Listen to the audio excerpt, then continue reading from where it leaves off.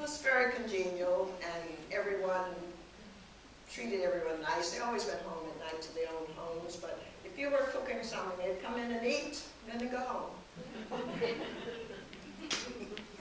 Well, my experience is everybody down there got along, and the ones that didn't get along, I wouldn't know about anyway, because only different races of people were mostly, to my knowledge, is people that own the stores, and their kids stayed there, but didn't allow them to play with us anyway. So that's my experience growing up in Foggy Bottom. We basically stayed within each other's range and going to recreation centers, and that's where we got most of our entertainment from.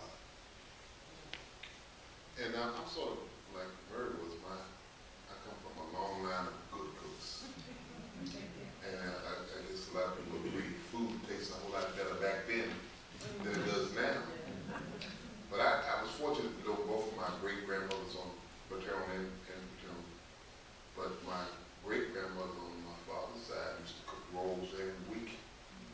That was our bread, really, rather than have fresh bread. But she would send that to my other great-grandmother. And I was fortunate to be the delivery guy. Because I could get the fried bologna that was so good at my grandmother's house at 24th Avenue. So I made this track every week religiously. So I mean, those are the type of things that the community had, and the worst part about it, I always thought that's the way it's supposed to be in the world. But it's not like that, you know. Well, but wasn't that also not a time in Foggy Bottom's life when you had a mixture of income groups there, who were all African American? You had doctors, and you had teachers, and you had your principals, and you had your ministers, and you had your undertakers, and your undertakers, and then your undertakers, and you had preachers, churches. But you also had, or did you have? Let me just ask this straight: was there stratification there? Was there class stratification? I don't think so. You don't think so, but I think so. Yeah. Let me talk about that a little bit. Well, I think doctors' kids, lawyers like you say, they weren't really allowed to play with the so-called poor kids because they're afraid they're going to get into trouble because we weren't the best kids, but we were disciplined. If you saw me do something wrong, neighbors see me do something wrong, we're going to get a spanking. And we're begging you, please don't tell Daddy or Mom. When we go home, we're going to get another one.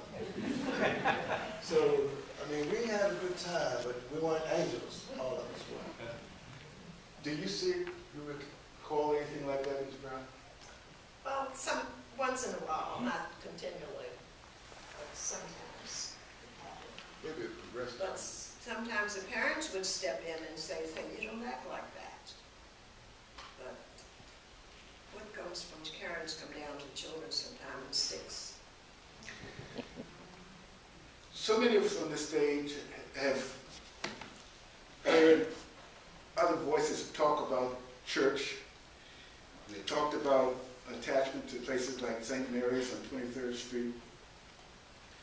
And the event until today is being symbolized in this Foggy Bottom area. Ruth Reed, to us, told us why St. Mary's has been a constant in her life in Foggy Bottom. For me, it was a spiritual thing. I'm telling you, I came here and had stayed here because of the spiritual part of it.